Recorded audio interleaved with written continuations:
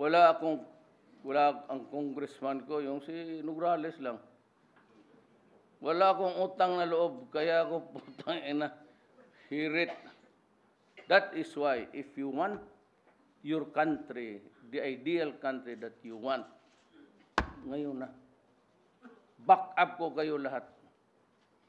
Pag may kurasa mo, sabi ko, even a whiff of corruption sa cabinet ko. And used to na itong NEDA, the infamous 3 years, 2 years, 5 years ang application dyan. All cabinet secretaries are only given 1 month to act on the papers.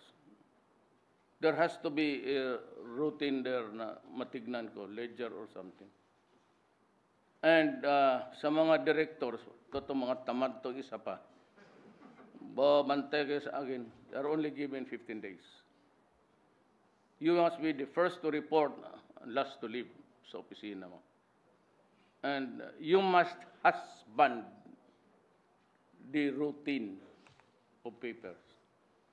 I-husband mo para see to it that after 15 days hindi ka mapasubo. Hindi ako nang ano dito, sinabi ko sa inyo. Pag patawag kita dito, bastusan tayo, either sipain kita o sampalin kita. Ako ipaprangka ko sa inyo. I called all the mayors. 3 ganito kalaki. 3 groups. Nabi ko talaga sa kanila, putang ina, huwag kayong pumasok ng droga, papatayin ko kayo. Talagang papatayin ko kayo. Mamili ka, ambush, sniper. Huwag mong sirain ang bayan ko. If there's anything that would really get my goat, yung sisirain mo yung mga bata. Talo tayo eh. Next generation, medyo limping, if not totally. Pero mo sino mo presidente sunod? Kung hindi ko ito matapos, sinong presidente ilalagay mo? Paano niya tapusin? Lahat mayan takot makulong. Kung hindi ko ito tapusin, patay ang Pilipino. Kaya tapusin ko talaga to. Kulong. 72. Isang araw. 72, 73. By that time, wala na rin ako. Totoo. May nung picture sa yung birthday ko, kasi yung napicturean yung kwarto ko may converter sa oxygen. Karami na namang ano. Di ba sinabi ko sa inyo, I never lied. Tinanong ako doon sa the debates, anong sakit mo? Sabi ko, Barrett dito, sa inom pati ano. Burgers because of smoking. So, ang circulation ko, hindi maganda, lack of oxygenation. Kaya pati pag tulog ko, kasangsak ako. If you want to remain beautiful, use it. It's good. Totoo. That's the sabi ng mga doktor. Sabi ng mga doktor, use it. Kasi kung babae ka, para gumanda ka lalo, mas maraming temptasyon. Ako, gagamitin ko yun kasi ang brain ko daw may suffers lack of oxygenation. Matagal ko na ginamit yan. When I said that, wala akong tinago. May nakita nila yung parang oxygen. It's not really an oxygen, it's a converter. Wala ba na akong tinago? Magtanong sila, ano pang sakit mo? Noon, nung bata pa ako. Siguro mga 5 beses ako balik ng doktor. Pinador. Alam mo na kung ano.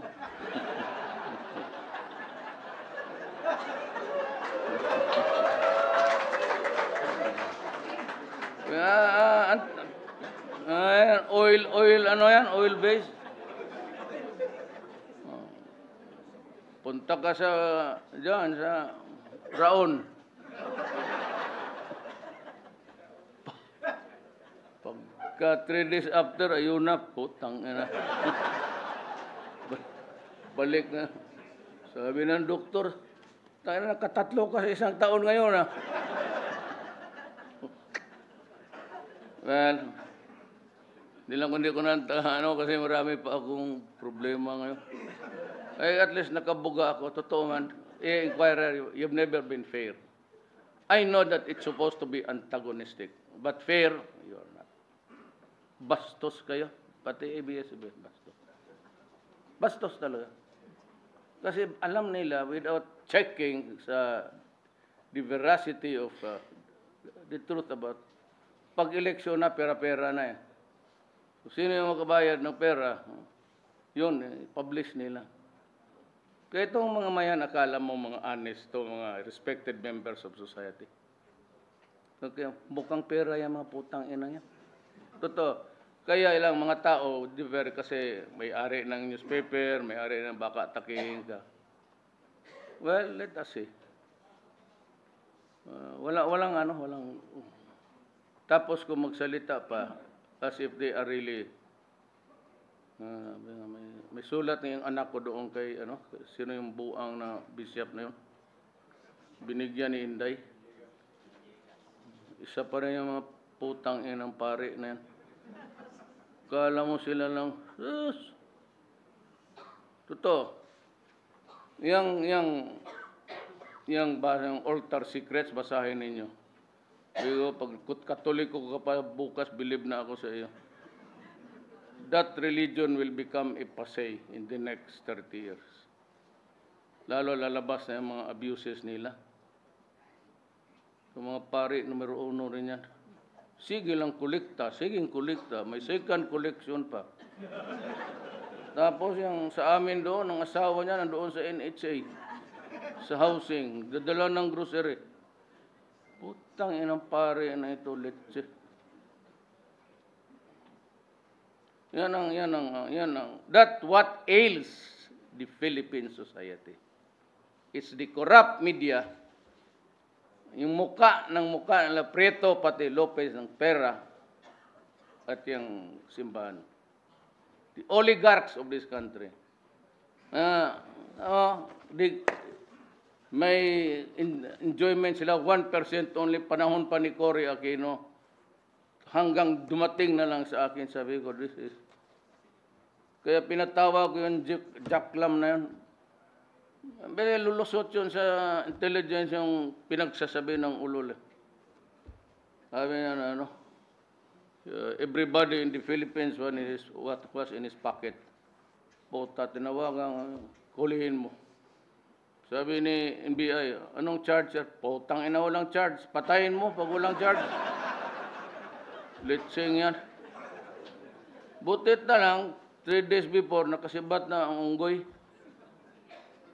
Pag naabutan kita, walang tanong-tanong ka, what charge? Itapon mo sa Pasig, yon ang charge mo.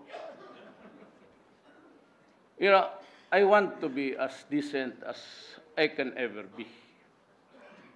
I want to be on the socially correct. I know how to behave. Nung buhay pa nanay ko, I cannot talk about. Nung buhay pa nanay ko, hindi ko kaya magbuga-buga ng ganito. Pero minsan kasi, ang ating society has to know the truth. Kung ano ang laro natin lahat. Ako, wala akong problema. Babae, marami akong babae. Pati yung mga asawa ninyo, marami man rin yan nilang babae. Hindi lang ninyo alam. Ganun lang yan ang buhay sa totohanan. So, siguro dito sa lahat ng lalaki, I'll peg you at about mga, but mga 300. May sabi, sinong mabait dyan na walang kabit? 2-3 lang siguro. Isa nito si Chairman Duque.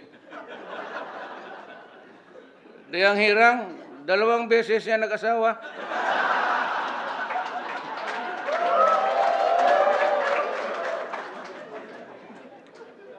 Sino ba ba?